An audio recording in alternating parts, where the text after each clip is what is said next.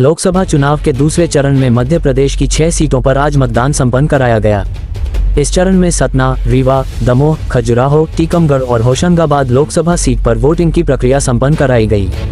मतदान सुबह 7 बजे से शुरू होकर शाम 6 बजे तक चला। बता दें कि सेकंड फेज की इन 6 सीटों पर 80 उम्मीदवार चुनावी मैदान में हैं। यहां 1,11,62,460 मतदाताओं ने अपना सांसद चुनने के लिए वोट किया। आज मेरी शादी है और लोकतंत्र का ये है सबसे बड़ा त्योहार, ना कोई काम ना मजबूरी, वोट करना सबसे जरूरी। और मेरी आप सभी से यही अपील है कि अगर मैं अपनी शादी के दिन वोट डालने जा सकती हूँ तो आप लोग भी अपने जो इम्पोर्टेंट वर्क है उन्हें साइड करके आप लोगों को भी पोलिंग स्टेशन वोट डालने जाना चाहिए। धन्यवाद।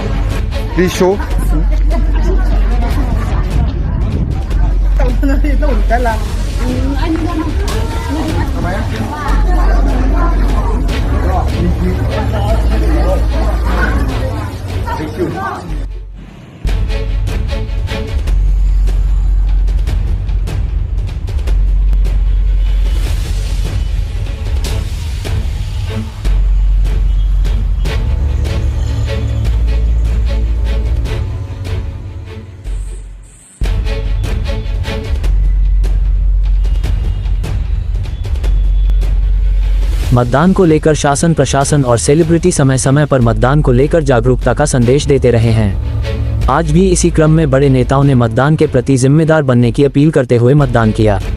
लोकसभा अध्यक्ष और कोटा लोकसभा सीट से भाजपा उम्मीदवार ओम बिरला ने मतदान कर लोगों को मतदान के प्रति जागरूक किया।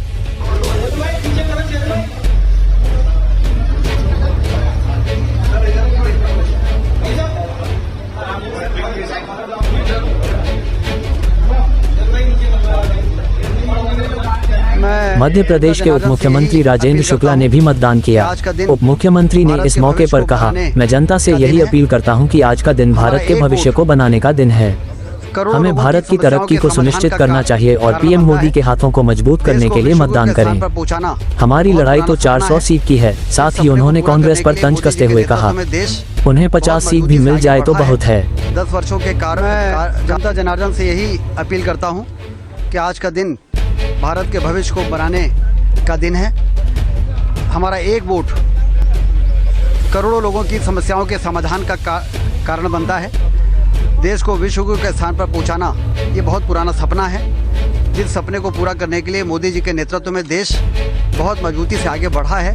10 वर्षों के राजस्थान के जोधपुर से भी कमोबेश ऐसी ही तस्वीर दिखाई दी, जहां राजस्थान के पूर्व मुख्यमंत्री व कांग्रेस नेता अशोक गहलोत ने जोधपुर में मतदान कर लोगों से पुरजोर मतदान की अपील की। उधर प्रदेश सरकार के ग्रामीण एवं पंचायत विकास विभाग के मंत्री प्रहलाद पटेल ने भी मतदान के बाद जन जागरूकता का संदेश दिया। उन्होंने कहा, हमारे संस्कार कहते हैं पहले खुद करके दिखाओ फिर कहो। मैंने अपना सबसे पहला वोट दे दिया, आपको भी देना है। लोकतंत्र के इस महायज्ञ में हर आहुति का अपना महत्व है, अपनी जिम्मेदारी जरूर निभाएं। 194 महारानी लक्ष्मीबाई स्कूल के मतदान केंद्र पर अपने पहले वोट डालने के संकल्प को पूरा किया है।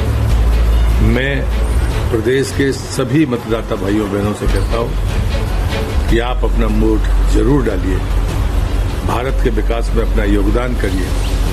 देश की आजादी के 100 वर्ष का जो चुनाव का महत्व बताने वाले कई मौकों को भी इस दरमियान कैमरों में कैद किया गया। यहां केरल के तिरुवनंतपुरम से कांग्रेस उम्मीदवार शशि थरूर मतदान करने के लिए कतार में खड़े दिखाई दिए। यह वो मौका था जब आम और खास सभी कतारबद्ध अपनी बारी का इंतजार करते देखे गए। मध्य प्रदेश सहित अन्य प्रदेशों में आज दूसरे चरण के मतदान शांतिपूर्वक संपन्न हो गए। लोकसभा चुनाव के अंतर्गत आज मात्र के 6 संसदीय क्षेत्रों में मतदान संपन्न कराए गए। मतदान को लेकर मुख्य निर्वाचन अधिकारी अनुपम राजन ने मीडिया के समक्ष डाटा जारी किया है। राजन ने बताया कि मध्य प्रदेश में शाम 6 बजे तक कुल मतदान प्रतिशत 58.35 का रहा। साथ ही उन्होंने बताया कि सर्वाधिक 67.16% मतदान होशंगाबाद क्षेत्र का रहा है। 6 बजे तक का जो पोल परसेंटेज है मध्य प्रदेश का, अपने 6 जो पार्लियामेंट्री कॉन्स्टिट्यूंसीज हैं, वो अभी जो रिपोर्ट है उसके हिसाब से 58.35 है। 58.35। इसमें टीकमगढ़ 59.79, दमोह 56.18, खजुराहो 56.44, सतना 61.87, रीवा 48.67 और होशंगाबाद 67.16। ये जानकारी है अभी 6 जो कॉन्स्टिट्यूएंसी उनका। उधर चुनाव को लेकर राजनीतिक द्वंद्व भी जारी है। यही कारण है कि मध्य प्रदेश के पूर्व मुख्यमंत्री शिवराज सिंह चौहान ने एक बार फिर कांग्रेस पर निशाना साधा है। शिवराज ने कहा, जिस रास्ते पर कांग्रेस जा रही है वो खतरनाक है। वह एक तरफ विरासत टैक्स लगाने की बात करती है और दूसरी तरफ जातिगत जनगणना की। कांग्रेस जनता को बताए कि उसके इरादे क्या हैं, वह दलित, ओबीसी और जनजातियों के अधिकार क्यों छीनना चाहती है। विरासत टैक्स लगा के, ये टैक्स पहले था लेकिन जनता के दबाव में कांग्रेस ने इसको समाप्त किया था। उस समय जब स्वर्गीय इंदिरा गांधी जी नहीं रही थी, शायद स्वर्गीय राजीव गांधी जी ने मां की संपत्ति उनको मिल जाए इसके लिए इसको हटाया हो। लेकिन कांग्रेस को देश के सामने ये स्पष्ट करना पड़ेगा कि उसके इरादे क्या है। कांग्रेस जिस रास्ते पर चल रही है वो भारत का रास्ता नहीं है, वो खतरनाक है। एक तरफ विरासत टैक्स लगाने की बात करती है, दूसरी तरफ कहते हैं कि जातिगत जनगणना मेरे जीवन का मिशन है। कितने टुकड़ों में देश को बांटना चाहते हो, देश में समाज को बांटना चाहते हो। आर्थिक सामाजिक सर्वेक्षण की बात होती है, इसके पीछे खतरनाक इरादे छिपे हुए हैं और वो इरादे हैं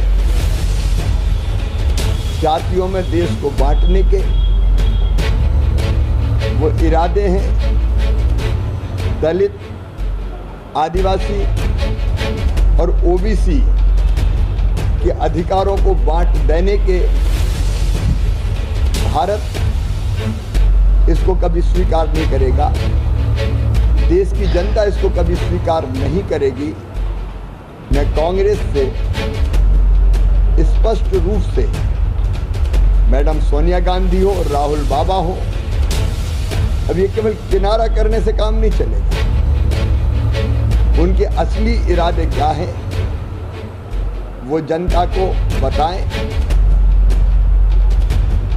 जातिगत जनगणना और आर्थिक सामाजिक सर्वे और आरक्षण जैसे विषयों पर वो दलित, ओबीसी और आदिवासियों के अधिकार क्यों छीनना चाहते हैं, उनको जवाब देना होगा और नहीं तो जनता उनको माफ नहीं करेगी। घोषणा पत्र को लेकर कांग्रेस ने भी भारतीय जनता पार्टी पर जोरदार हमला बोला है। कांग्रेस के वरिष्ठ नेता पवन खेड़ा ने इसे झूठ का पुलिंदा बताया है। पवन खेड़ा आज मीडिया से मुखातिब थे। इस दौरान उन्होंने इस घोषणा पत्र पर जोरदार तंज कसा और इसका मखौल उड़ाया है। यमराज ने एक मशीन बनाई थी जिसमें झूठ बोलने पर घंटी बजने लगती थी। आज सुबह से वह घंटी लगातार बज रही है। हैरानी में यमराज ने चित्रगुप्त से पूछा, ये घंटी क्यों बज रही है। चित्रगुप्त ने कहा, महाराज, आज मोदी जी का संकल्प पत्र जारी होने वाला है।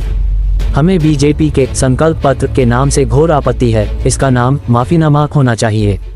मोदी जी को देश के दलितों, किसानों, नौजवानों, आदिवासियों से माफी मांगनी चाहिए थी। पवन खेड़ा जी, पत्रकारों से मुक्त पवन खेड़ा ने कहा। पत्रकारों से मुखरी पवन खेड़ा ने इस घोषणा पत्र पर जोरदार तंत्रकाश और साथ ही इससे रिलेटेड एक कहानी भी सुने। घोषणा पत्र को लेकर कांग्रेस ने भी भारतीय जनता पार्टी पर जोरदार हमला बोला है। कांग्रेस के वरिष्ठ नेता पवन खेड़ा ने इसे झूठ का पुलिंदा बताया है। प्रधानमंत्री की भाषा फूहड़ कतई नहीं होनी। वो एक समाज को दूसरे से भड़काने वाली, लड़ाई करवाने वाला काम राजा का नहीं है। और इस विशाल देश में जहां इतनी अनेकताएं हैं, वहां का राजा अगर एक को दूसरे से लड़ाने की राजनीति करेगा, उस जुबान में बात करेगा, तो इस देश को फिर से संभालना, फिर से वापस पटरी पर लाना, सामाजिक ताने बाने को वापस से जोड़ना आसान नहीं होगा। चुनाव आते रहते हैं, जाते रहते हैं, 2 बार ये जीते, अब हम जीतेंगे, वो कोई बात नहीं। देश हार जाए, देश का संविधान हार जाए, देश की सांप्रदायिक सौहार्दता, आपस की सामाजिक ताना बाना हार जाए, वो मुझे नहीं लगता किसी को भी बर्दाश्त होगा। मनगढ़ंत कहानियां सुना कर, झूठ का सहारा लेकर हमें कोई फर्क नहीं पड़ता, माफ कीजिएगा, कि प्रधानमंत्री की डिग्री असली है, नकली है, पढ़े हैं, नहीं पढ़े, उससे क्या फर्क पड़ता। ईवीएम को लेकर सुप्रीम कोर्ट में लगाई गई सभी याचिकाओं को आज कोर्ट ने खारिज कर दिया। मामले पर वकील प्रशांत भूषण ने कहा, हम लोगों को ईवीएम में प्रोग्रामेबल मेमोरी पर ऑब्जेक्शन है, क्योंकि इसमें हेराफेरी हो सकती है, इसलिए हमने सुप्रीम कोर्ट ने अपील की थी, लेकिन हमारी इन मांगों को ठुकरा दिया गया है। देखिए, हम लोगों का ये कहना था कि ये ईवीएम जो हैं, इनमें एक प्रोग्रामेबल मेमोरी होती है, क्योंकि सिंबल लोडिंग करी जाती है, और इसलिए इनको मैनिपुलेट किया जा सकता है अगर आप कोई उसमें मैलिशियस प्रोग्राम डाल दें। और इस वजह से ये ज़रूरी है कि जो वीवीपैट है उसका पूरा पेपर ट्रेल का ऑडिट होना चाहिए, सारे वीवीपैट स्लिप्स को काउंट करना चाहिए। और क्योंकि